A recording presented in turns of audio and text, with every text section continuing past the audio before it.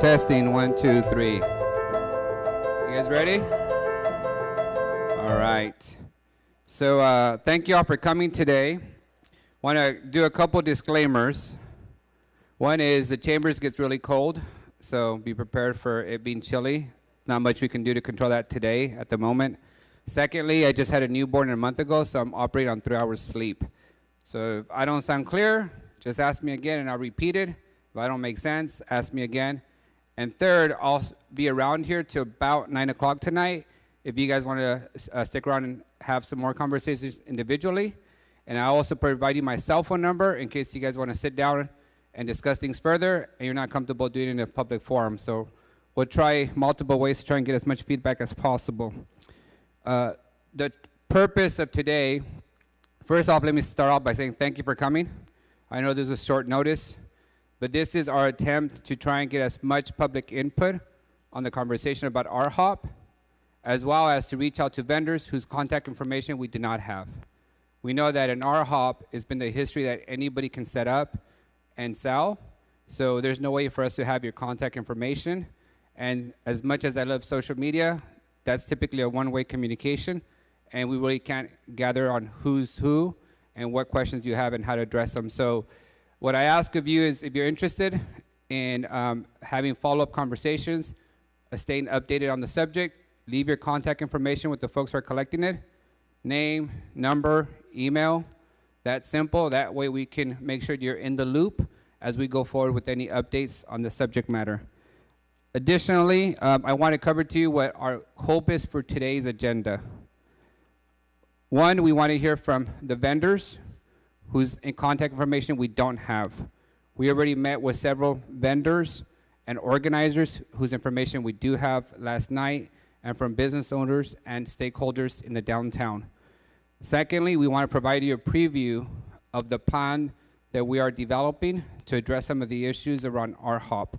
I'll go into some detail about what the plan is. We also want to, of course, get your feedback on the proposal and answer as many questions as we possibly can that you may have. Full disclosure, we don't have a lot of answers to every single question because our plan is to work with those who are interested in organizing the solution. And so a lot of these potential answers might be developing as we're working on the solution. And then, of course, we do have our finance staff here. In the City of Fresno, per our city law, if you want to sell in the City of Fresno, you need a permit. The permit only costs $24, and it's good for a full year. So any of you that are interested in selling in any event in the city, across the city, the finance staff is here, and they'll help you process the one-page application. They'll even take payment today, so you can walk out with your permit, and that makes you eligible to continue to engage in sales in the city, whether it's ArtHop or other festivals across the city. And then lastly, we want to seek the help of any of you who want to be part of the steering committee that's going to work on part of the solution that we'll be previewing today. So if any of you are really interested in helping organize the solution, this is the place where you raise your hand, you contact one of us, we'll put you on the list and we'll get you in the room with other folks who have signed up to be on the organizing committee. With that, I want to give the mayor an opportunity to address you before we start on the formal presentation. Mayor? By the way, I'm Miguel Arias, the council member for District 3 and Downtown Fresno. Thank you, Miguel. I appreciate that. And I want to welcome all of you to City Hall. And this is going to be, I think, hopefully, a good opportunity for a lot of dialogue and interaction. Quite frankly, I had a meeting yesterday. We had the Downtown Partnership there, the Arts Council, some of the business owners, Brewery District, and Mike Oz and a number of other folks had a really good dialogue discussion. But I want to say this. I think all of us in this room are really here for the same reason. We want a better downtown. We want a vibrant downtown. We want people living downtown, playing downtown, working downtown. We want to have a lot more opportunity and venues for people to come downtown. We want a safe downtown. We want a downtown that's clean, free of trash, and we want a downtown, quite frankly, that we can all be proud of. I'll say it to you, as I said it many times, great cities have great downtowns. And that's why we've been working so hard to increase the number of people living downtown. That's why we solicited and were awarded $293 million to do all of the infrastructure downtown, to have parking structures built, so that will support increased housing. We want to have 10,000 people living downtown. Why? Because we know what happens to a downtown that it only operates from 8 to 5, where you have businesses, government entities with employees downtown from 8 to 5. They don't have that nightlife. People aren't there on the weekends. People aren't there during the evening. Can't support business. Downtowns die. We've seen it all over America. And the hope for me is that we can have more events downtown, more activity downtown. For example, why do we only have one Fres Yes per year? Why don't we have those events on a monthly basis, or something similar to that, or 2 or 3 times a month where we're closing down streets, having a lot of activity? We have ArtHop once a month that we're going to talk about. But the reality is we need a lot more events, a lot more activity. We need an opportunity to be able to close down streets and really have an environment that is very, very vibrant. So we're going to talk about those things, and I know, quite frankly, many of you are upset about how this thing came about. I think Councilmember Arias will talk about that. The goal is for all of us to come together to make a better downtown. And I'm confident at the end of all these discussions, we're going to have a better downtown with far more events and activity than we currently have. And that's the goal. Because when that happens, all of you in this room are making more money. It promotes our downtown. And really, quite frankly, it creates a atmosphere of excitement for downtown Fresno. And that's really, really what we need. So I want you to be, respectful tonight if you can. I know there's going to be some passion in terms of your comments, but please be as respectful as you can. And I want you to know your voice is being heard by the council member, and it will certainly be heard by me and my administration. From my perspective, public safety has got to be foundational for downtown. I'll just tell you, my prior career, I tried very, very hard to make sure that the reputation that downtown had was one where people felt safe. And it only took one incident for people to become paranoid about coming downtown. And we want to make sure we guard against that every single week, every single day in our city. So with that, I'll turn it back over to, and by the way, whatever we do, the trolleys we're going to be flexible with. We brought in the 3 trolleys. We're going to continue to maximize the use of those to get people downtown, whether it's from the Tower District or Fresno State. We're going to be very, very flexible with those schedules. No matter what we do here, we'll make sure we maximize use of those trolleys as well. So with that, I'll turn it back over to the council member. Thank you, Mayor. Just a little bit of background for those of you who haven't met. I moved to downtown Fresno 15 years ago, and all my professional career, I've worked in downtown and primarily lived in downtown Fresno. And my family gets to enjoy the downtown. So the ultimate work, play, and live in downtown has been the case for our family. And so I cherish downtown to the core, and my job is to make sure that everybody can operate in a safe way and that we can manage everyone's experience to be positive as they come downtown, as well as to protect the reputation of downtown. It's taken a lot of years to convince and demonstrate to people that it is a place to come and to bring your family. So with that, let me also introduce one other person. As you know, or you may not know, ArtHop started in 1996. That was when I was in high school. It's actually a senior in high school. So for younger folks, ArtHop is a different experience. You might be coming to ArtHop for the last 5 years or 10 years or 15 years, and you might know ArtHop in its current form. But I do think it's important for us to recognize the founding of ArtHop and hear from the folks who actually started ArtHop, and to have them explain to us what ArtHop is and how it was founded, to ensure that we at least bench ourselves on that reality as well. Is Lilia here? Where? Ms. Chavez. So one of the elder statesmen in the arts world of the city of Fresno, and a jewel in the city of Fresno, who's received numerous recognitions from the city and state folks on her ability to actually lift up arts and culture in our community, and also the lady who we gave the hard task of awarding $10 million worth of funds for arts and culture, the lady who has taken quite a bit of criticism, because it's a really difficult job to make sure that those funds that are public are spent well, effectively, and as the public expects their funds to be spent. So, Ms. Chavez, you have the floor. Thank you. Thank you for giving me a heads up. But first of all, thank you to all of you, because I recognize that ArtHop over the past 28 years has changed. It has evolved. And the Arts Council, like a good parent, has nurtured and grown ArtHop. We have, it is kind of funny. It is something that we've done because we believe, like the mayor said, in downtown, we believe that we had an arts community that needed to be shown off. We didn't start ArtHop. It started in the bus barn by a group of local artists that wanted to share, exchange ideas. They had potlucks. That's how ArtHop started. The Arts Council got a grant from the National Endowment for the Arts to be able to market it. We wanted to see that exchange of ideas grow. And then it began to grow.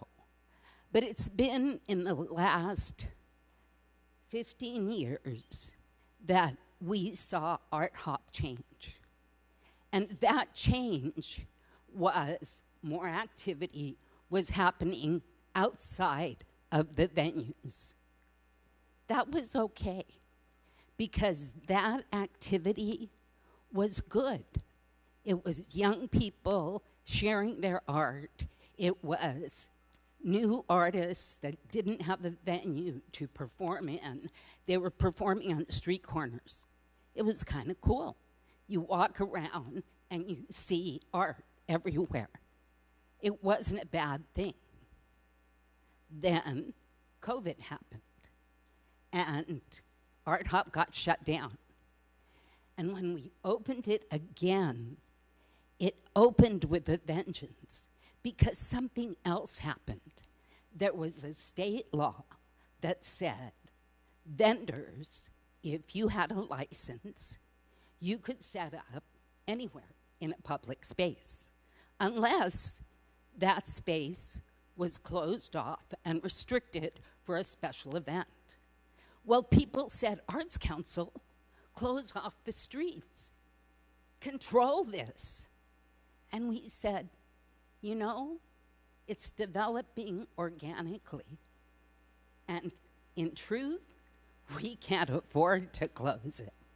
Because you close a street, you have to pay for alert light, to reroute traffic, to close that street off. You have to pay for additional police service. You have to pay special event fees. The Arts Council does not have that kind of money. And the fees that we charge the ArtHop participants all goes into marketing. Every official ArtHop venue receives a flag. They're marketed in the brochures that you saw in the back. They're marketed heavily online. Some of you receive our e-blasts. You know when ArtHop is happening, and you know what shows are happening in the various venues. So yes, we charge a fee, but we're not profiting from that fee. We're covering our expenses, because one flag that goes out is $315. All the flags that you see out there, the Arts Council pays for. So we didn't manage it. We didn't cut off what was happening. But some folks just don't know how to behave. And as a result, we now have a situation that is dangerous. We saw it coming. We talked to folks.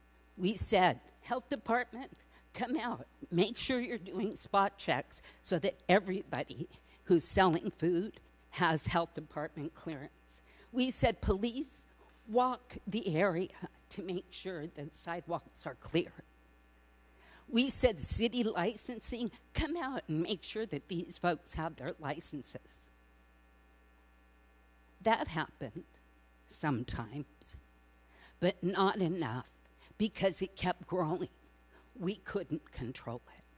And now we have the situation that we have today. And fortunately, the city, through the council and the mayor's office, they're working on a solution. Now, is it the best solution? I don't know yet. We still haven't figured out all the details and how we're going to make First Thursday ArtHop work separate from all the vendors. But we're going to try to figure it out. And I'll give this to Miguel because he has a plan. Thank you. Let me just reiterate the rules. Don't interrupt or you'll be asked to leave. Everybody here is taking time off their work and their families to listen and to participate, so do not interrupt. Is that understood? Okay, just don't interrupt, folks, okay? As was noted, one of the things that we identified in the ArtHop experience that people enjoyed was it was free to the public. There was no cover charge. It was one of those events in downtown that you didn't have to pay a cover charge to get in, whether it's a concert at the stadium or a sound arena or a convention center. The second part, it was that it was free for you to set up and vend. The city was not selling you the sidewalk space for $500. The city was not trying to collect your revenue from whatever sales you did. So it was very cost efficient for vendors to set up and very cost efficient for participants to attend. But as Lilia noted, the stuff on the street that essentially has become a street fair is separate from ArtHop. So just to be crystal clear, ArtHop will not change. It will not go away. ArtHop will remain how it has operated for 28 years. A series of art galleries. Then the first Thursday of the month are in downtown. The third Thursday of the month are citywide. Yes, downtown and Tower. Thank you for the correction. So that will remain. What will also remain is that any special events permit on ArtHop Day will be the Art Council's responsibility. If the Arts Council wants to host a series of performers that are now being funded by the Arts and Culture Funds, the Arts Council will be allowed to apply for a city permit. If they want to close the street for those performers, for vendors, they can do so. But it will be controlled because the ArtHop is the Art Council's, body of work. But we also recognize that the other challenge that we've had to deal with is Arts Council historically was a few thousand people in mainly indoor venues. Now it's turned to almost 15,000 people in mainly outdoor venues. Now we're seeing a lot of pop-up performances, which is fun for young people, but none of the streets, as you know, are closed to traffic. So we have traffic coming, performance occurring on sidewalks, a lot of vendors on sidewalks blocking the path of travel, strollers for families, wheelchairs, a lot more incidents of people making contact, folks competing for space. One vendor sets up one table, the next vendor sets up 10 tables. People are showing up at 6 in the morning to save a spot for someone else. Thursday is a work day for folks. Blocking parking for the whole day has become a challenge. So a 15,000 person event is what you would find in the stadium as a concert or in Sound Arena or Save Mart Center. If you all have been to those events, they have quite a bit of support staff. A lot of support staff to pick up the trash, a lot of support staff to patrol, a lot of support staff to help people through the event. In traditional, in these last few ArtHops, we don't have any of those things. So here's the proposed plan for addressing it. Go back one more. So the plan is to launch essentially a street fair on a Wednesday on a monthly basis, just the way ArtHop is. ArtHop is the first Thursday of the month.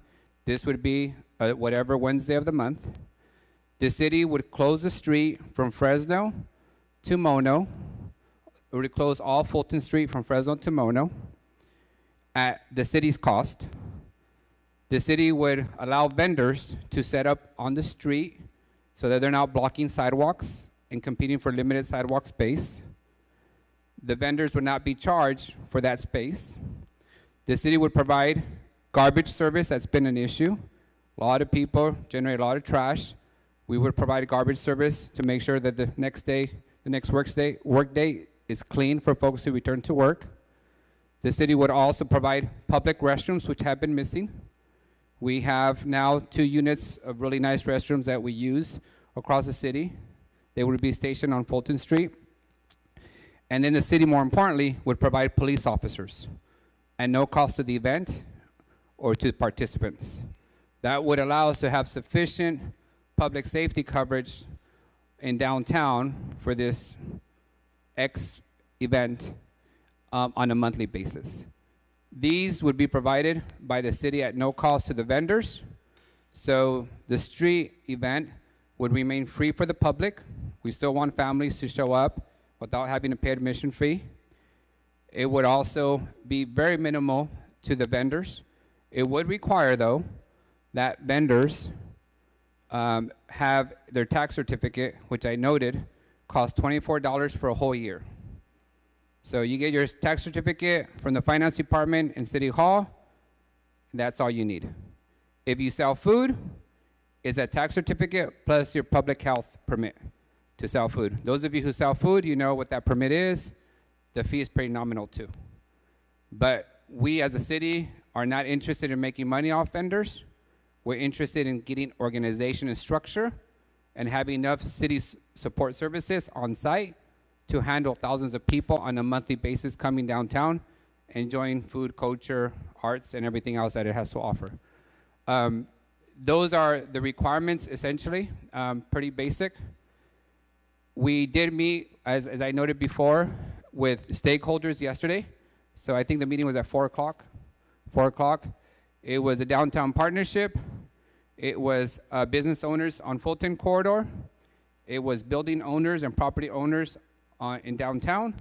And it was organizers whose contact information we have because they get permits to have special events. So the folks that we knew of, we met with. We previewed this proposal. They gave us their feedback. There was consensus to move forward with it. So now the next step is for us to get feedback from everyone else who we don't have contact information for and the general public. And the next step will be to set up the first organizing meeting to have a committee of stakeholders, which include you, those of you who are interested, help us organize the actual event. We have not determined what time it operates. We have not determined what Wednesday of the month it operates. All we have so far is where we're going to close the street from, which is Fresno to Mono Street. That's the parameters, and we know that it's monthly. This would allow us, though, since it's on a Wednesday, that it has the ability to grow to every Wednesday during the month in downtown. The reason it has that ability is because Wednesdays are the day that we have more police officers that we need, so we can provide that additional service on a Wednesday. So we can potentially see ArtHop take place on that Thursday, and every Wednesday have a street fair event occur as well. So it could increase significantly the opportunities for vendors to participate in the downtown experience. That is a proposal I wanted to outline for you all, and now I'm ready to take any questions you may have. Yes. Why did a lot of the cities say it was a heat problem the first day, and now it's a police problem? Sure. So let's hold off clapping so we can hear the questions and hear the answers with all due respect. There's just basic. You can do that. Just keep the noise down so we can have a conversation. All right. We have been experiencing 100-degree heat. When you have 15,000 people and not enough police, we have seen the amount of incidents, especially last ArtHop, increasing significantly. We've had more fights. We've had sales of edibles to minors. We've had sales of alcohol to minors. We've had more conflicts between vendors. With the triple-digit heat that we expect in August that we're all experiencing, and without the sufficient support and organization, we knew that we're going to set ourselves up for more conflict and more incidents. One major incident would be sufficient to shut the whole thing down. So we wanted to avoid that. So the heat, as you all know, the hotter it gets, the more people tend to misbehave. You combine that with a lot of youth, with not enough policing, with not enough support, with no structure or organization on the ground, then we're setting ourselves up for a major situation, which is what we're trying to avoid. So the heat is a driver, and we see that whenever it gets hot in Fresno, we see more incidents of conflict, crime, and everything else. Next question. I'm going to go here, and then I'm going to come around this way. That work? Go ahead. So my dream of downtown is that we can see what happens during ArtHop happen every week. And for years, we've been trying to get people downtown, and now you're saying, oh, there's too many people, and we don't have the resources to cover it. Well, we all pay our taxes so that you have resources to cover it. And by your own admission, the state law allows people to sit lingering on the streets without special permits, but now we're turning that over to something else. Now, go ahead. why isn't the city already covering all these services? Why don't we already see a police road? Why don't we already see security? Why don't we see the trash pickup? This should already be happening so that we can get more of this happening downtown. Okay. Fair question. Let me just give you what we are doing in addition to. The city pays $400,000 a year for additional garbage service in downtown, coming from the city's general fund. No other part of the city gets that additional service. That's already done. The city pays an additional assessment to the PBID to help organize events. The city also funds downtown bike units in addition to the regular units. But downtown is extremely, extremely busy and has a ton of people, especially during the work hours. So we are doing some of those things, and we are paying for those things. We also still approve a lot of special events. But let me give you an example. On any given Saturday, you'll have the stadium with 18,000 people. You have Soundrina with 8,000 people. You'll have the convention center and some wedding taking place. You have stuff at the brewery district. It is a ton of people for the square footage. And in order for us to continue to provide the level of service that people expect, right now, the mayor can speak to this. If we have a lot more police calls than we have the ability to respond to. We have a lot more medical calls than we have the ability to respond to. We are funding the highest and the largest number of police officers in our city's history, the largest number of firefighters in the city's history. But even with that, it outpaces the amount of demand that we have for medical calls and for police calls. We're a big city with huge demand of services, and we do have a limited amount of funds. I have a follow-up. You mentioned that the city would now be covering all of this, but you haven't talked about where that funding is coming from. You're talking about Sure. all these problems, but it seems to me, when I kind of read between the lines, that this seems to be a grab for the money, Measure P money that could be going somewhere else. No. You know? No. That's how the downtown Yeah, no. saying, oh, we didn't get this money. So just to be clear, City of Fresno is not eligible for Measure P funds, arts and culture money. So you won't see an application from us because we're not eligible intentionally. They applied and they got declined, right? The city is able to provide the police officers with no cost to the event holders because that day we have overstaffing. It's a day that we train all our police officers, so there's more officers than we have for minimum required staffing. So that's where we get in the additional officers from. The garbage, we're spending a lot of money in the back end cleaning up downtown in addition to its daily cleanup. So we would be asking our vendor, which is Mid-Valley, to come in and bring those box trash cans and pick them up afterwards. We're also funding, if you've seen the ambassadors downtown that are guiding people and picking up trash constantly, we're also funding them. On the restrooms, we bought restrooms to serve the homeless. They're across the city. Their operational hours are typically, I think they end at 5 or 6. We would shift those for the festival in the evening because they're available. That would be an additional cost for us that we would have to fund. The street closure, that would be an additional cost that we have to fund. So part of this proposal does have the city absorbing additional costs, but if we don't do that, we would have to pass that cost on to the organizers, which will then pass it on to vendors and participants. So where's the rest of the money coming from? Rest of what money? You're saying this is costing all this money. Where's that all coming from? The proposal, the stuff that I laid out, the street closure, would be the city. The additional officers, there's no additional cost, we just reassign them. The garbage would be absorbed by the city. The restrooms would be absorbed by the city. They're city restrooms, so we don't have to do the portable potties that we have to pay a third party for. And the street closure, I think it was the last one. We would absorb that cost. And that would be from the city's special events account. We have an account where we fund special events like the Christmas parade, the Veterans Parade, the Pride Parade. That's where some of the funding would come from. All right, here you go. Yes. Good question. Yes. Yes.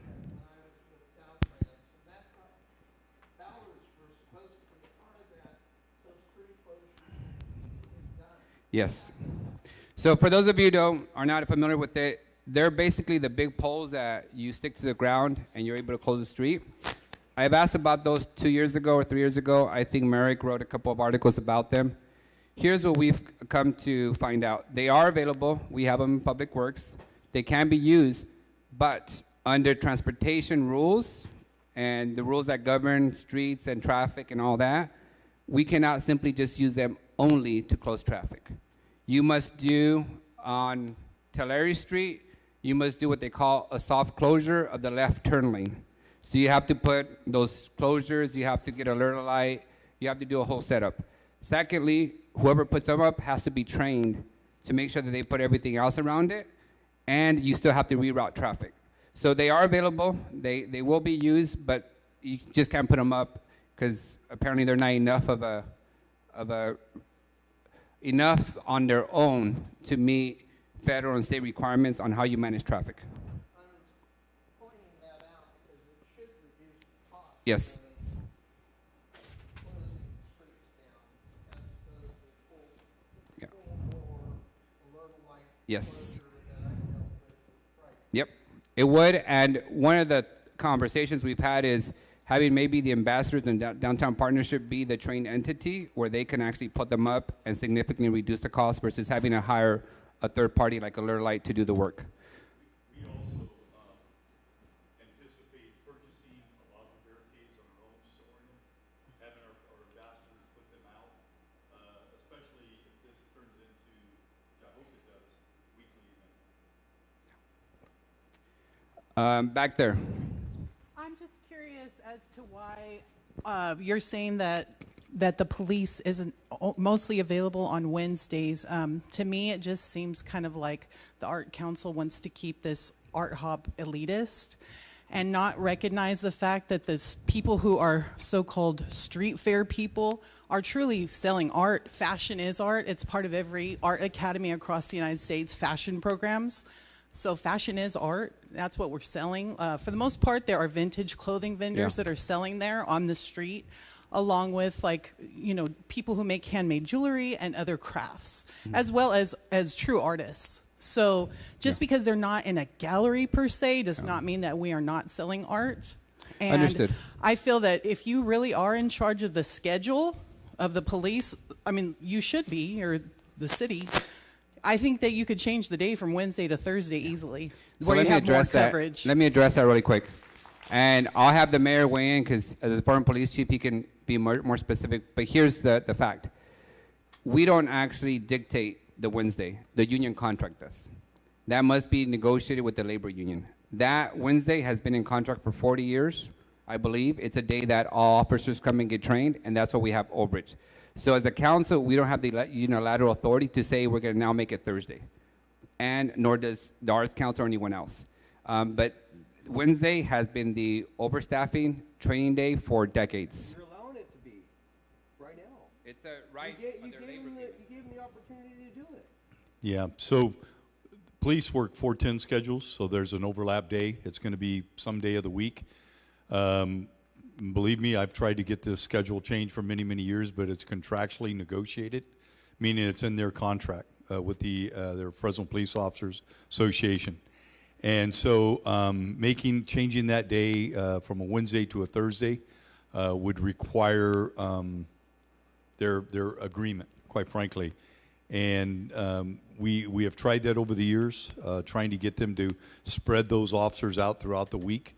But this gives us an opportunity to put probably 15 to 20 police officers in that area, and not necessarily an enforcement role. That's not what we want, just a visibility. And part of the reason the council member didn't speak of, or maybe you did, I missed it, during the ArtHop event in June, I believe it was, we had some rival gangs come downtown, attend ArtHop. There was a shootout between them. 40 rounds were fired. Fortunately, we got the guys in custody. That same night, there was a stabbing in China, or in that area as well during ArtHop. And so I think I told you at the beginning, we've tried really, really hard to protect the reputation of downtown. It is a very, very safe place. We're going to have incidents from time to time. And when you have a large number of people come downtown, like when we have Fres, we make sure we have plenty of policing. If a fight breaks out, you intervene, you send people on their way. And that's the intent here.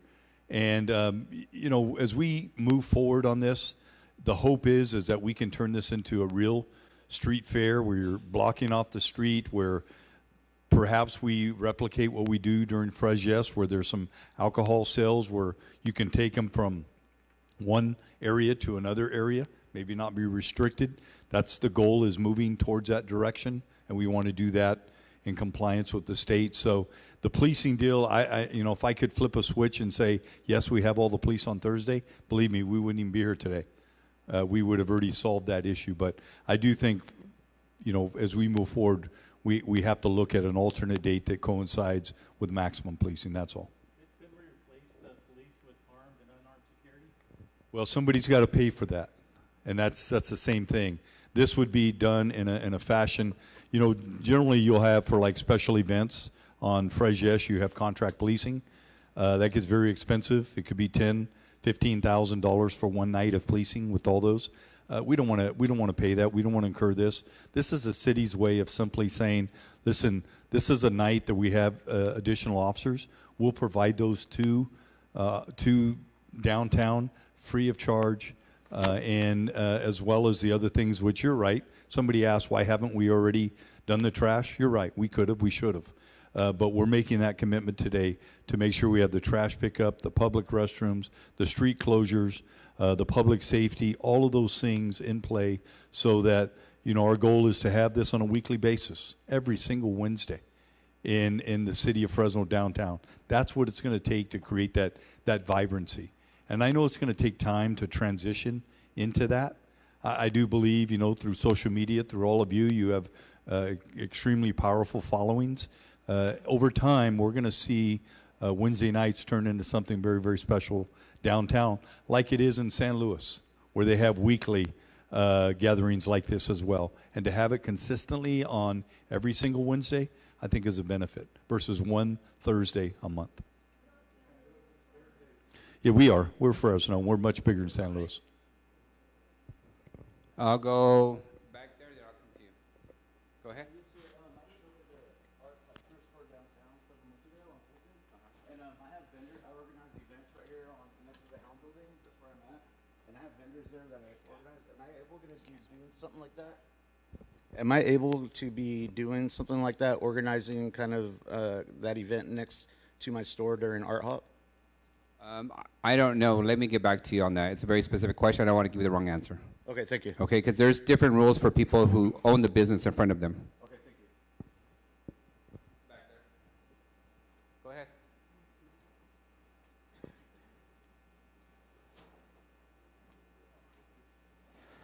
I just wanted to ask the mayor and council member Miguel Arias if they're working too closely with Downtown Fresno Partnership and why they are both on the board of directors.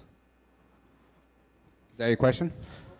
What role do you have to play with Downtown Fresno Partnership moving forward and monopolizing the town and pushing out the locals? Is that your whole question? I could keep going. Is that your whole question? My question is, do you think you're working too close, too hand in hand with Downtown Fresno Partnership? Here's the answer. Mayor and I on the board of the Downtown Partnership, it has 10 board members, 20 board members, of which it's property owners and business owners elected by themselves and on their own. So 2 people out of 20. Are you Downtown personally Partnership. working too hand in hand with them? I'm on their board, and like anyone else, they're one of the many associations that we work with to lead the city. How will they play a part on these new Wednesdays that you're proposing? It has not been defined yet.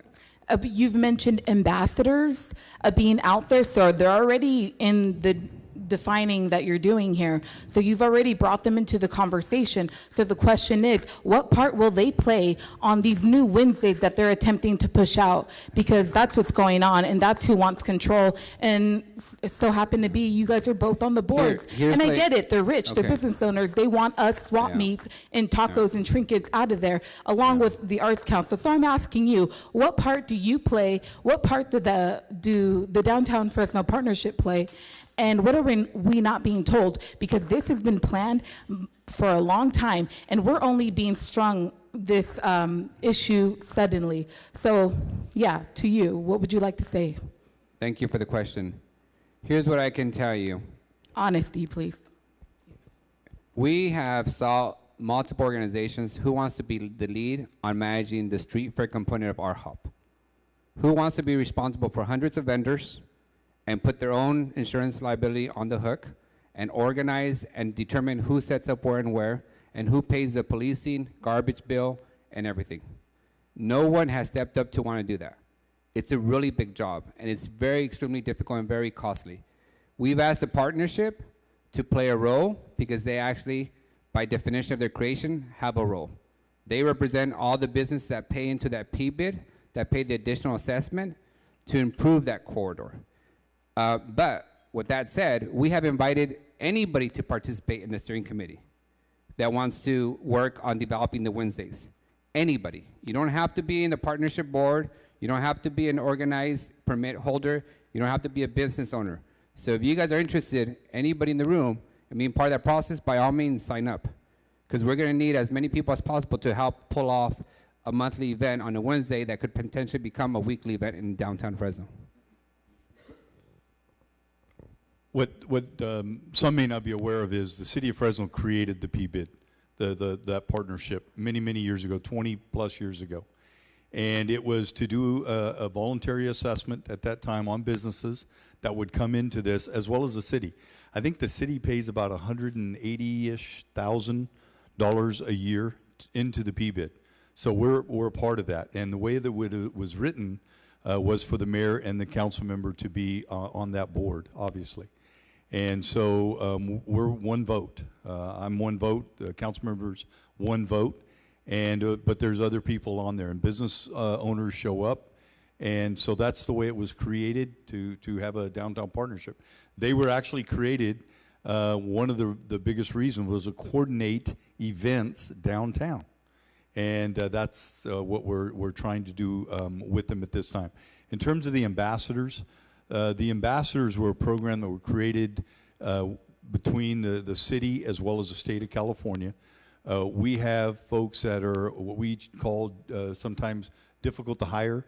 We give folks that are between the ages of 18 and 30 an opportunity to get employed with the city of Fresno. We pay for childcare, transportation for those individuals. We provide them with the clothing they need to do the work, train them, and we pay their salaries. And we do that through a grant from the state of California that we received about $7.4 million. And we initially, it was only to employ those folks in the city of Fresno. For example, in public works or parks, they're 32-hour-a-week employees. Well, I expanded that for nonprofits. One of the nonprofits was the partnership to give them folks downtown that could help clean up trash, graffiti, set up barricades, and do a number of other things that we could do to enhance downtown Fresno. So that's the story behind the ambassadors. Thank you. Front here, and then we're going to go way back again, okay? Go ahead. California Safe Sideway Vending Act, SB 946, was signed into law in 2018 Yes. by Governor Jerry Brown. So my question to you is, if vendors set up on a Thursday during ArtHop, will the city violate state law and shut down those vendors? So here's what I'll tell you. There are several state laws that determine how we handle vendors in public spaces. Can you cite That is those one laws? of them. That is one of them. We enforce that across the city. And there's multiple rules that I'm not going to get into right now, but I will tell you is code enforcement now has, as of a year ago, they have a night unit that was funded by the city council to enforce all the laws that apply to vendors. There's different rules for truck food vendors. There's different rules for street vendors. There's different rules for what they call mobile food vendors. So they have been enforcing it across the city. They will be there enforcing it. What we've done with code enforcement when it comes to enforcement is, one, we do a lot of education. Here are the rules. Please follow the rules. If you don't, there'll be a citation. With that said, this city council has invested millions of dollars on helping vendors, specifically mobile food vendors, get their licenses, get cards that pass the Department of Health, and get their business license. And a lot of them, we even gave them security cameras because they were being robbed. We have a full record of supporting vendors, and this proposal would allow us to have more vending opportunities than currently exist now in downtown Fresno.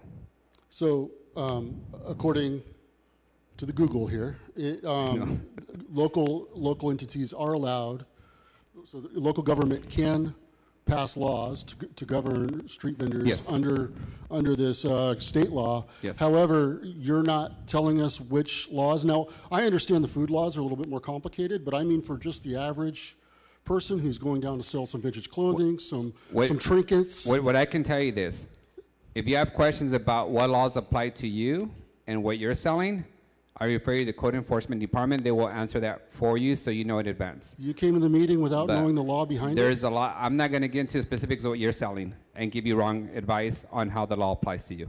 So code enforcement is here. You're welcome to ask them about your specific circumstance. They're right there. They're our attorneys. Those two ladies are our attorneys for code enforcement.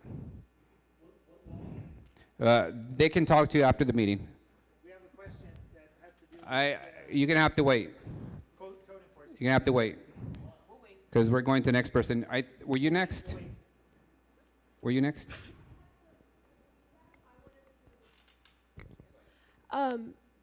Mayor, we are not San Luis, we are Fresno. We don't want to be a street fair, we are ArtHop. So I wish that you would speak for the people. The people of Fresno want it to be on a Thursday, and we want to keep it as is. You're the mayor. We employ you. Please keep ArtHop the way that the people want it. Thank you. All right. The next thing I saw is back there. Go ahead. My concern is when you hand over the organization of events like this to a bureaucracy, it takes months and months to actually for it to come of anything. And these vendors don't have months and months of lost income and revenue to deal with this. And so this needs to be like September. We're going to, first Wednesday of September, if we're going to do this, it's got to happen. We completely agree with you, and we're prepared to host the first event in September. So September 4th is a target date. So that's why the first meeting being organized is Friday of this week. So we completely agree with you. Urgency is a matter, and that's why we're all in the room. That's why we met with them yesterday. We meet with you today, and the first organized meeting is Friday. So we share the urgency. Yes.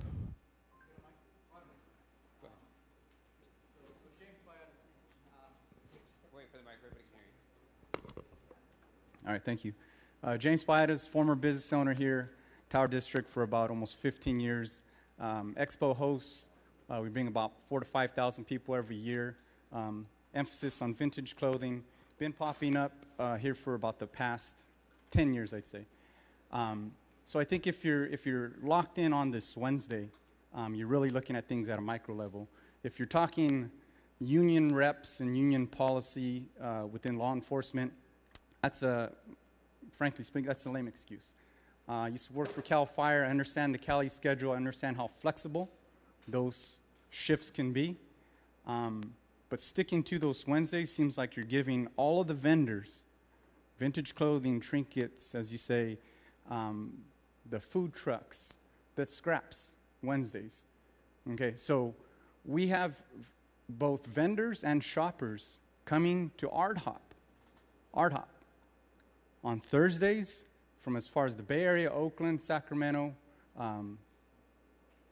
San Diego, Central Coast, like buddies that we know that have seen the event or the ArtHop events on Thursdays build over the years. And they're coming to support. So to shift it to a Wednesday, huge impact. Huge impact to the city and those stationary businesses, huge impact to the vendors, as it was kind of mentioned. So, yeah, pitching that back to you guys. I mean, you guys are the elected officials. So as the young lady mentioned here, Thursday's the day. Now it's up to you guys to work for the people, truly, if that's it. If you're throwing up your hands saying Wednesday, not Wednesday, you guys already have, the decision's already made. You guys have locked in a date already. No. The people want Thursday. Yeah, and I can fully appreciate the last, to your point, the last decade of this event has attracted a lot more vendors, a lot of out-of-town vendors and shoppers, a lot of folks. It's grown significantly. And this event was never staffed and organized to be a 15,000 person outdoor event. And the only thing we can do is give you our honest assessment. We cannot manage that. The resources are not there to manage it on a Thursday, given that the busiest days for police services, Thursday, Friday, and Saturday across the city. That's a day that people decide to misbehave. So Wednesday is not ideal. I understand that it's a transitional period, but I'm convinced that we can make Wednesday work, especially if we all commit to that body of work.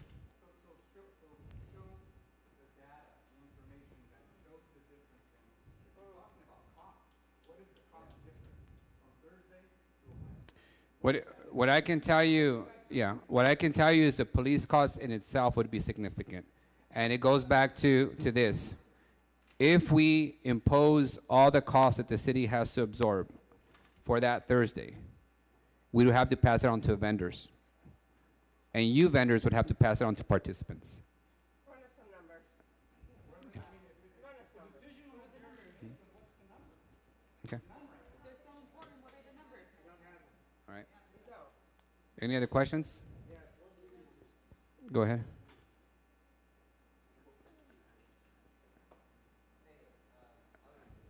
Yeah.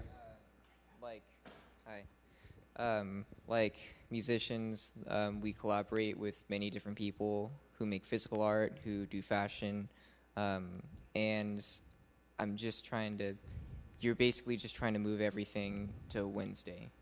The outdoor portion of it. Okay, so the indoor portion of it's still going to it still remains on Thursday. So if you, whether you're clothing, retail business or entertainment, if you find an indoor spot, then you can operate that day. It's the outdoor part that creates a significant challenge. The unregulated outdoor activity. The closing streets without closing streets. Putting traffic and pedestrians at odds because there isn't a structure and there isn't the services and support system to manage it. So on Thursdays, ArtHop Day, if you and anyone else identifies indoor spaces, which a lot of people have already offered their indoor spaces, some have already accommodated indoor spaces, that will continue. It's the outdoor festival of thousands of people, of pop-up musicians and acts and bandas that attracts a bunch of folks to block sidewalks and get into the street portion, competing with physical space of vendors that are taking up too much space in the sidewalk compared to the amount of people that are having to travel through there. That's where the challenge has become. The concern I have right now about that is it takes away the opportunity for a lot of these artists to collaborate.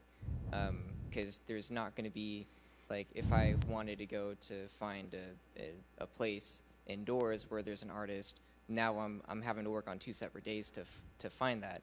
And I just don't have that time, and I don't think most of the people in this room have that time. Yeah. So I think, if anything, it would be, if we were to move the whole thing on Wednesdays and make that, like, transitionary period, I think it would hurt because of how a lot of artist schedules work, and especially with young college kids, like, most of their weekend starts on a Thursday. Yeah. So that would make sense to keep it on that Thursday. I understand you guys need the police presence to, like, keep the event safe. But yeah, I think I speak for everybody in the room when I say we want a number, like how much that would be. Yeah, and we'll be happy to give you the cost. We've shared costs with organizers. What's not publicly known is whenever somebody closes a street for ArtHop, there's costs associated. They got to put their insurance, they got to pay for the permit, they got to pay for security. Depending on the size of the event, you got to have 10, 15, 20 officers. That's all overtime per our contract and our conditions at the city. It's a significant amount. Yeah. It's not cheap, and that money would then have to be recovered somehow by the person hosting the event. But we have yet to have one organization or entity step up and say, I will be the sponsor of all the outdoor activity, and I will absorb the cost of that. I don't know who you are. You want to get a mic? I don't want to get in a shouting match, so.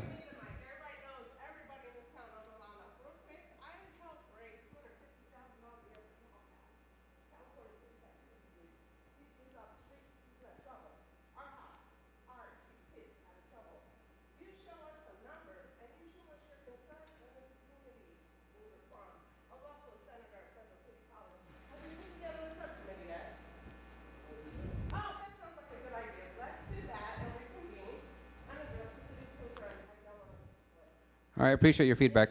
Thank you. All right, we're going to take a couple more questions, and then I'm going to close this off. And again, I'll stick around for a couple hours to get you guys individually, but I want to respect everyone's time. So let me start here and end over here. Is that fair? I'm so sorry. I just had like one more yes, little go question. ahead. Do musicians need to buy those permits? A good question. I don't know. Okay. I honestly, I don't know whether you're charging for whatever, right? So let me get an answer for you. If I were to throw a show, I'd want to keep it free. So if I can just know how much that cost would be, that would be appreciated. Understood. All right, back there. Hello. Yeah, so I've been living in downtown for 5+ years. I've been going to ArtHop for 10+ years. And I think your guys' decision to do on a Wednesday, every Wednesday too, is kind of a bit much, just because people look forward the first Thursday. And for me, like I said, I live in downtown, so I walk here, I run here, I ride my bike here. My business is pretty much in the downtown area. And I know how the streets look like, and the streets are always empty, which is nothing wrong, you know, but people always look forward to like that first Thursday of the month to see families, kids, artists, to really show off their work. And it's a really beautiful, it's a beautiful thing to see, especially when you're a resident of downtown. You love to see the streets all filled up. Yeah, it gets a little crazy, trust me. Like the ArtHop 10 years ago was cool and everything, but to see the evolution in it it's very beautiful. Just to see people working and like just showing, like putting a name for themselves. Like I remember like supporting this little kid's art. His art was rocks with eyes on it. And I still bought it, I supported it because the little kid's hustling, you know what I'm saying? Yeah. Like he's making his money, like, and he's not making his money to profit from it. He wants to like keep his art going, you know what I'm saying? Like those are the things that we want to support. Like people are not here to make money, make profit. They're here to take care of the kids, to make sure they get food on the table, to make sure they got gas money, bills, and all that stuff. And like, I don't know, like every Wednesday it seems a little bit too much because there are events that happen daily in downtown, and they don't get as much impact as it does at ArtHop on the first Thursday of the month. But that's just me, you know what I'm saying? Like I see it, like I see it, I'm around, like I'm the unofficial neighborhood watch for downtown. You know what I'm saying? Like, I take care of my community. You know what I'm saying? Like, this is us. So we are the people. And like, I want us to help each other out and work with each other, because that's what unity is supposed to be about. So let's try to figure something out and make something happen so everybody's happy. So you're happy, I'm happy, everyone's happy. You know what I'm saying? Right. But that's just me. That's my feedback. Thank you. Thank you. He did remind me of one thing that I forgot to mention. This proposed event that would happen on Wednesday, none of the permits or anything would apply to minors. So we want to make sure that kids can still come and sell the bracelets. We're not going to require them to have a city permit or anything of that nature. So that will remain the case for all minors. Hold on. There's other people. Go ahead. I know.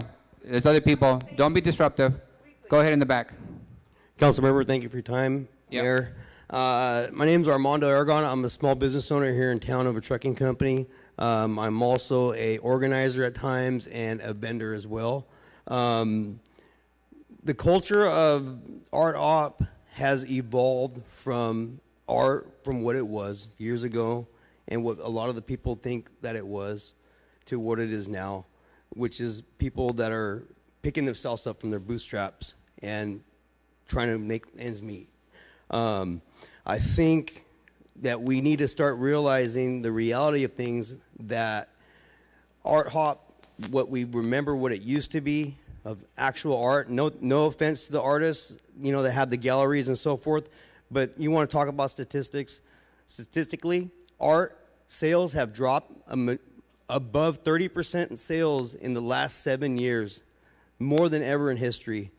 And art has evolved into selling rock figures for, you know, children, vintage clothing, upcycled material and so forth. And you know, you talk about moving stuff indoors, and we have 15,000 people. How are you going to fit people indoors that want to go and see an artist that's going to be building this material or selling vintage clothing, or a band that's coming in? There's going to be restrictions for capacity and fire marshal issues that's going to be coming into this situation. I don't think you have any awareness of what's going on here. And you're going to be affecting a lot of people and your constituents that you're talking about. 15,000 people of your constituents that you might not think that might not vote, and some don't want to vote, but definitely will be voting, and remember this time that you're going to be hurting their pocketbook. It's not good. I appreciate the feedback. Back here, and then I'll go back up. Go ahead. I was here Thursday for the public comment.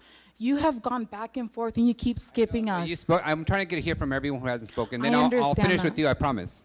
Thank you very much. I hope so. Yes. And I'll be here for 2 hours to hear from everyone else if you want to, you know, engage more. Just let me try and hear from as many people as possible.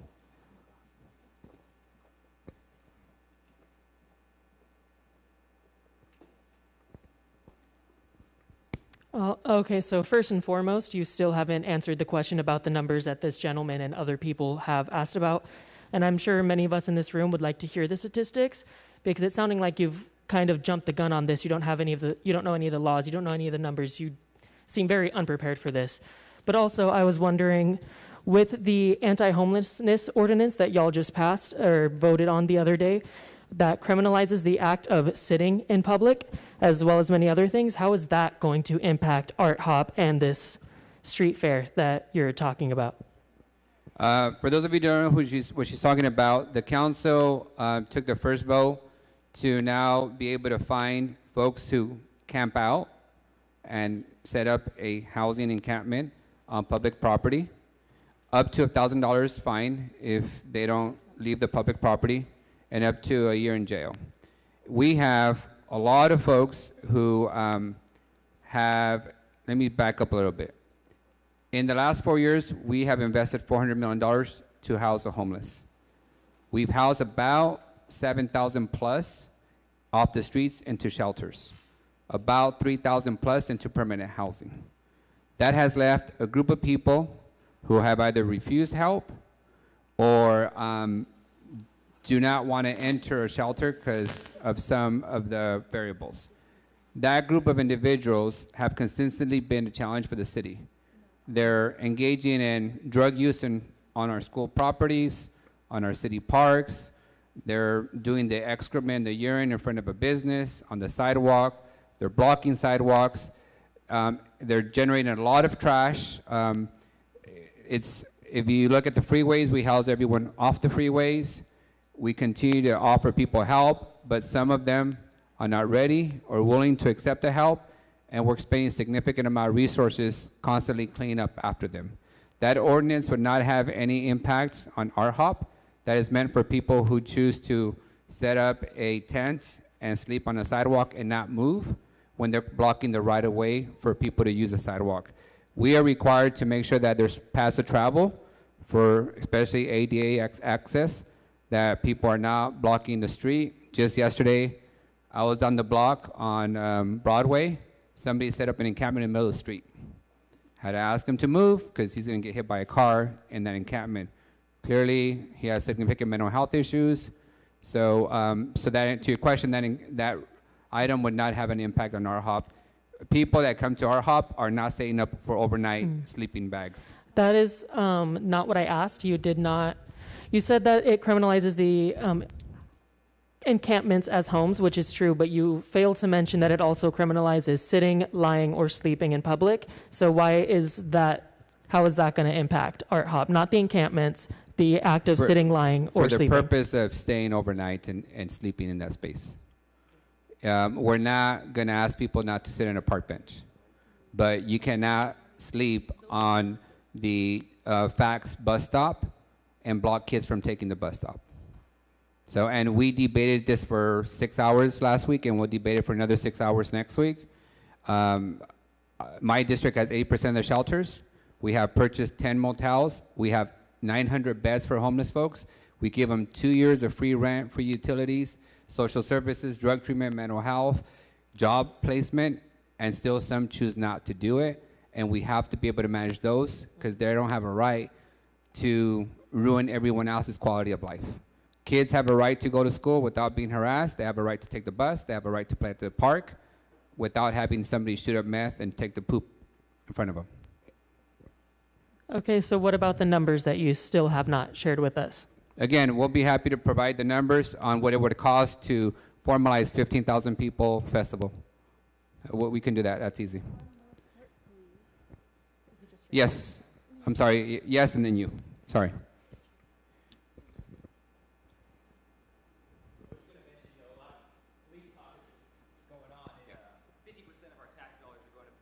$250 million are going to police, 261 million going to police, and I think Dyer mentioned it was about 10 grand of extra police work we needed for Fresno, which seems minuscule to 50% of our tax dollars going to police. So I don't think a lot of that is resonating with the folks here in regards to what you guys are asking for, because that police shooting, or the shooting that you mentioned at the last ArtHop, was unbeknownst to me, but it sounds like one of the first violent crimes, I think, in the history of ArtHop. I've been there for 20 plus years.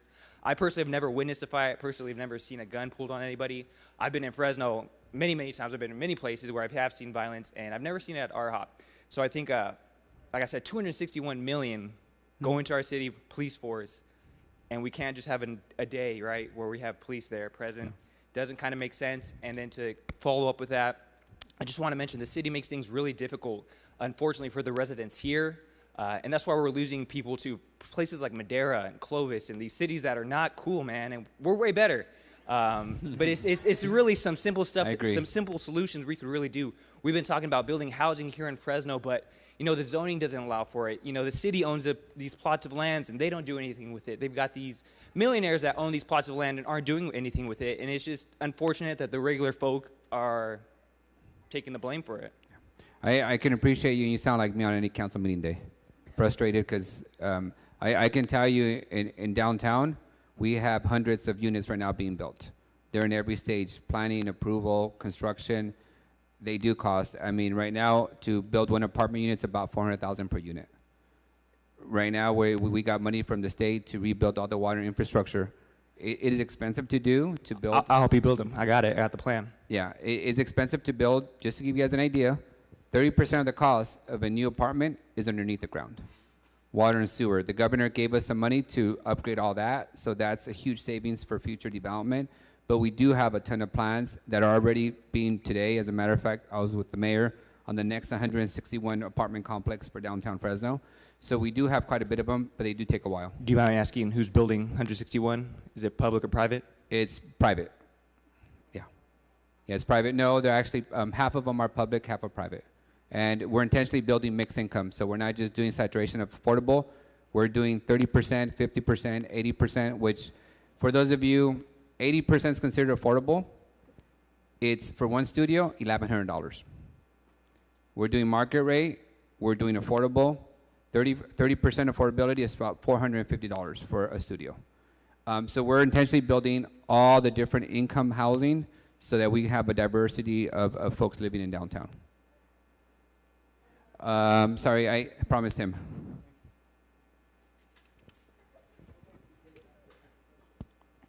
All right, this will be my last time here, but so we've heard it from around the room. We've heard it from the youth. Keep ArtHop as it is, Thursdays once a month. We heard it from our other elected mayor. Where's Eddie? Did he leave? Oh, there he is. He said keep it once a month. Yeah. No Wednesdays. Okay, I'll speak for the older heads. I'm a pretty old guy. I'm also a 23-year veteran. I know about serving the people. Okay, so you're in that position to serve the people. You've heard it around the entire room now. So my question to you is, are you going to take this input back? Because the mission that's given to you, I understand you'll take the input and you'll kind of dictate what you want to do with your team under the mayor's guidance. But the people are speaking. Yeah. No Wednesday, Thursday. So I'd like to, my question to you is, how are you now going to do that and implement the people's wishes? Yeah. So here's what I'll tell you. I'm intentionally hearing from everyone. I have downtown residents who I answer to. I have downtown business owners, property owners. I have guests who are from out of town who set up shop. Those too are stakeholders. I have people who actually participate. I've been to 90% of all ArtHops in the last 15 years. I take my family there. I'm proud that it's a place where it's been safe for families and it's free for folks and you can take a stroller. But I also have a responsibility that if something happens in our watch that we knew we could have prevented, if we would have put structures in place, supports in place, and resources, I also have to answer to, we don't get to print our own money. We have a budget, and we have to be able to balance that out. So this conversation is intentional. We heard from some stakeholders whose information we had yesterday.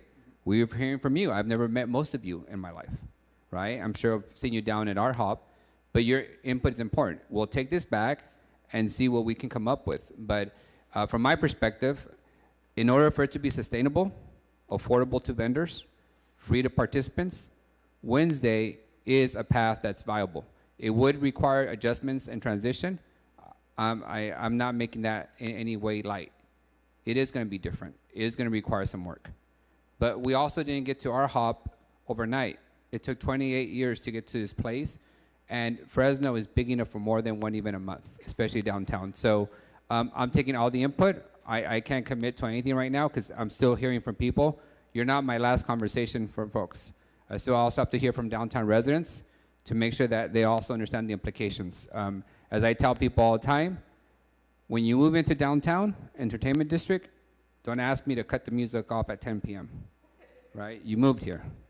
But if you were here before the thing popped up next door, the thing next door has to adjust to you.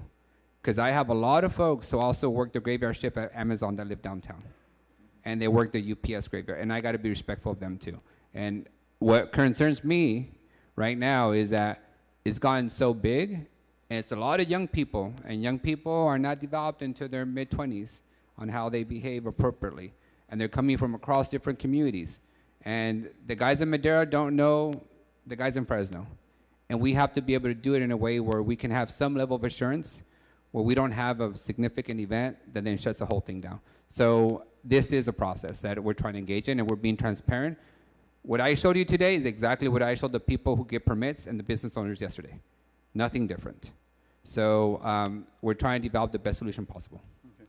All right, my last two comments. So I still find it, and I'll look into the data and info myself, but to say that there's potentially, or you're speaking as it's fact, more crime on a Thursday versus a Wednesday, Yeah. that seems absurd to me. It's not, but it's, yeah. You're saying that's true? It's true. More Yeah, crime, as more the police crime is department. committed on. Thursday, Friday, and Saturday are the peak days for police calls. It's just a fact. Okay. It's like Wednesday's Okay, a slow day I'll for look into people. that. Okay. And then this last thing I'll say, as it was mentioned during the intro, I don't know if the mayor's still around. Is he? Oh, okay.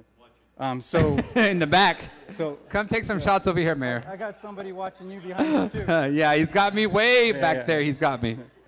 So you mentioned San Luis Obispo as kind of the model.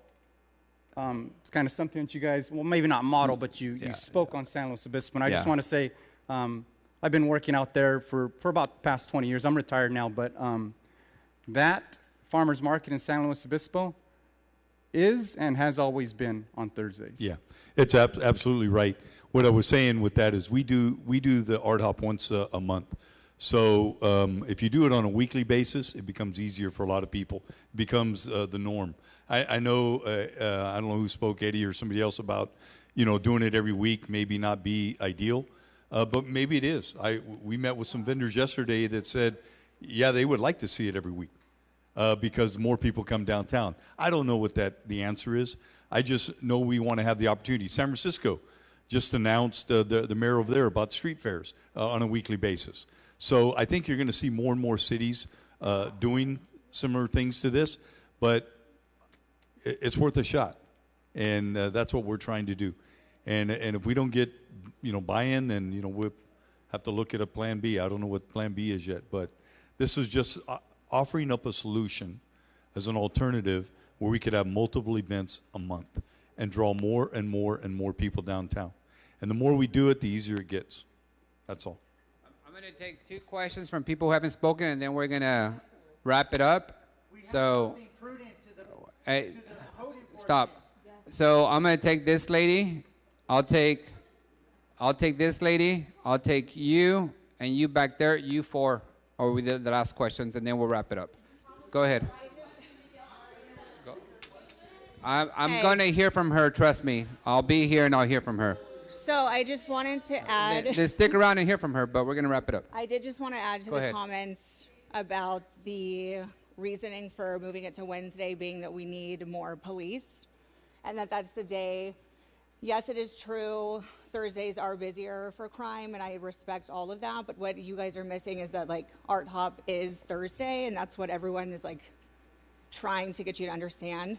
And I just respectfully refuse to believe, Mr. Dyer, that knowing what I know about you now, that you can't make that happen with your police contacts, that we can't get extra staffing on a Thursday. Do you know what I mean? Like, let them have Art Hop on a Thursday and then make different, event programming for Wednesdays. Build that on your own, not on the backs of, downtown. Thank you. So, we're going to go to the gentleman in the black hat. There you go. Black hat with white.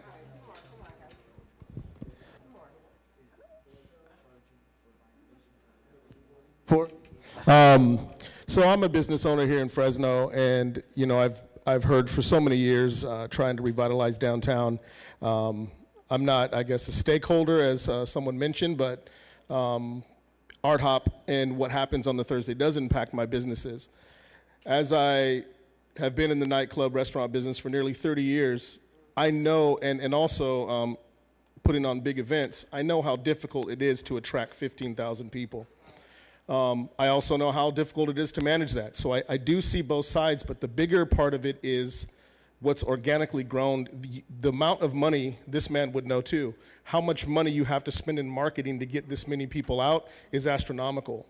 And my whole dog in this fight was it just seemed backwards that we were kind of not finding a way to find these. I understand what we're saying about the policing on Wednesday. I guess to the layman, it doesn't really make sense why we can't do that on a Thursday. But if you look at Nashville, if you look at Scottsdale, if you look at San Diego, on any given moment, on any night of the week, there's 15,000 people out in their downtowns. And if we want to get there as a city, like, we should be finding ways to deal with this, not just on a monthly or a Wednesday or a Thursday.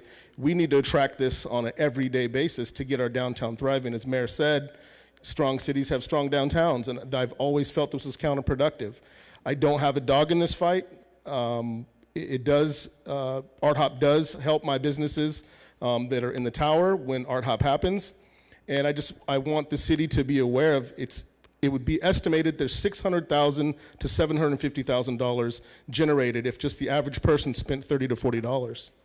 And not only that, what is happening downtown is, but 15,000 people don't live in this area.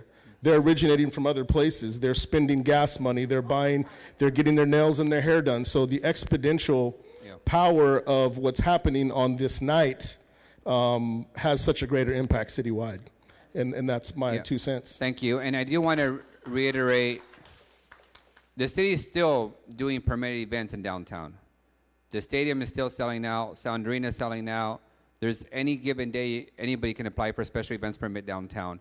This still allows for that. So it's not like we're not going to continue to have all those events every day and every weekend. Yes. People feeling comfortable with coming down. Yep. I understand.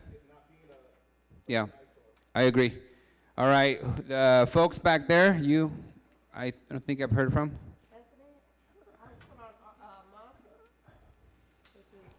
As a resident downtown Fresno since 2015, a business owner, and also an organizer of these events, permitted event. I think that, moving it to a Wednesday, that's not going to bring the revenue to the people.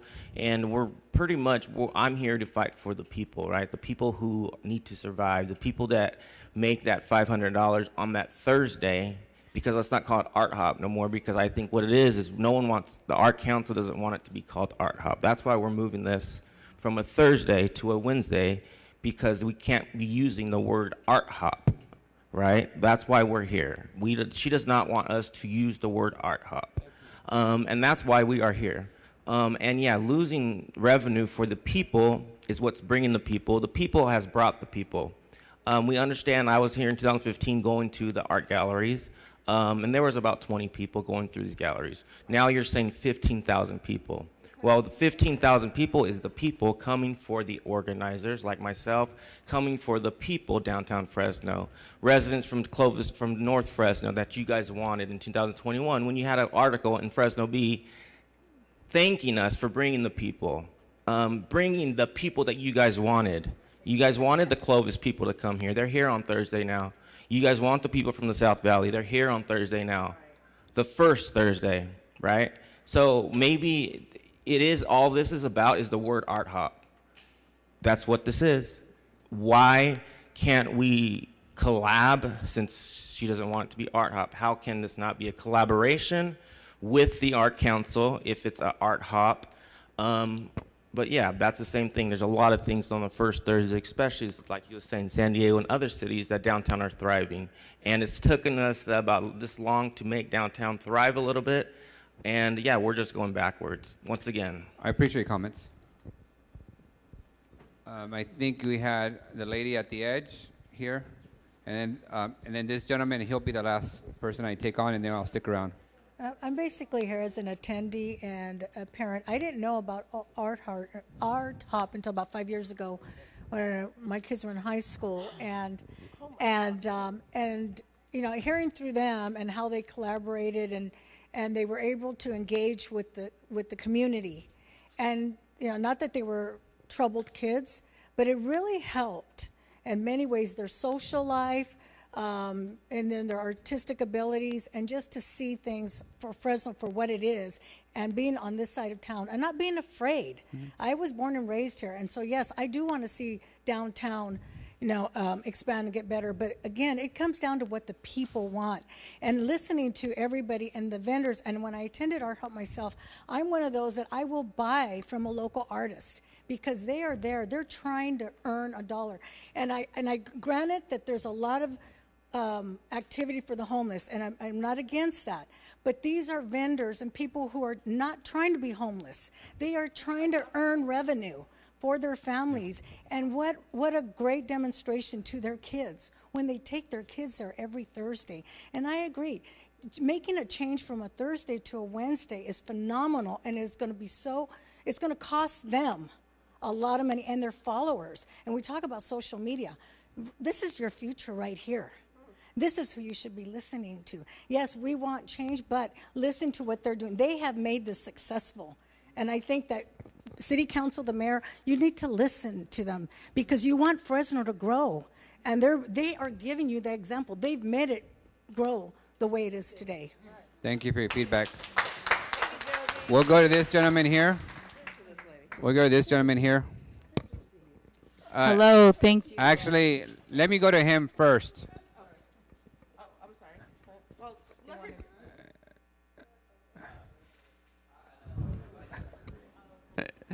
Thank you for being a gentleman. I just have a question for the people, and it's because this question hasn't been answered and it's very important. So if I could just get this out. We were here on Thursday with a group of artists, and our homie, he went up to the mic and he said, how much is this going to cost me? Because I'm a vendor and I'm going to set up anyway because that's how I make a living. You guys laughed him off and told him to go to code enforcement. So Monday, we were here at the meeting that we were all a part of for hours. And guess what? We went to code enforcement because we want to let people know what's at risk if they set up tomorrow. Because tomorrow was made by people. We know where it originated. What's your question? Yes. Okay, so I went to code enforcement and I asked them, what is the citation? What will be the charge for the vendor? And could I have that information so I could share it with people? They came back from the back and gave me Downtown Fresno Partnership phone number to call. So we called, and they had no answers for us. They said, wow, the city told you to call us? So your code enforcement office that you're sending everyone to has no answers. You have no code to cite for these people. So my question is, what is the cost? What is the code? Because if you can't name it, then you can't charge the people by it. And we're at the end of business hours today. You want people to scramble to the citation and get the same response we got? We need answers because there are people who are trying to survive who will set up tomorrow and want to know the fine because it's worth it for their family. The risk is worth it for their livelihood. And that is my question. Thank you for your feedback. Not feedback, it's a question. I'll refer you to code. Sir, your question? Please, he's next. Do not interrupt this. We're at the end of it. I'll be happy to have you to talk to code afterwards. No, I did talk to code. Go ahead. They gave me Downtown Fresno Partnership number. They had I heard you, miss. I heard you. I heard you. Go ahead. Go ahead, sir. Thank you, Councilman. So I just have a quick question. So when you talked about earlier about that there was a shooting that happened and the underage drinking, and for me, I've been a downtown ArtHop goer for the past 10 plus years and I live in North Fresno and I make the drive every day to support local artists, support local businesses and such.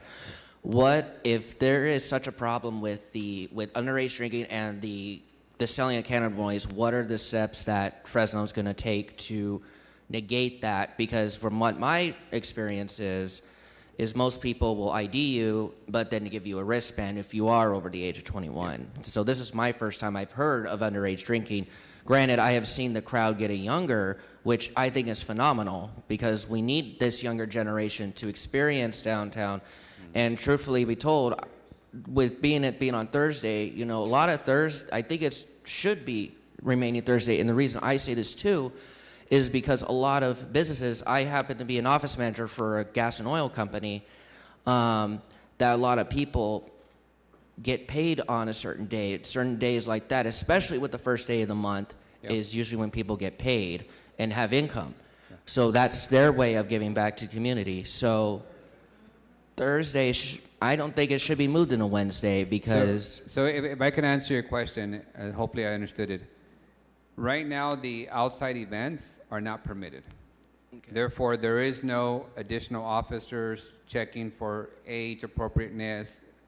We do have quite a bit of folks who are out of their ice chests selling alcohol and edibles. We have photos, and in some of the quote-unquote permitted events, that stuff has been happening. we don't have sufficient folks to be able to monitor that. In a permitted event, like Chichansi or Soundrina, there's very strict controls. There's contracted police officers that enforce that control. The outside event, there is no control. In the proposal, we would close down the street, and we would have full control to be able to monitor that activity and make sure people are following the rules. All right, well, thank you all for coming. I'll stick around for the next hour and a half if you have any questions.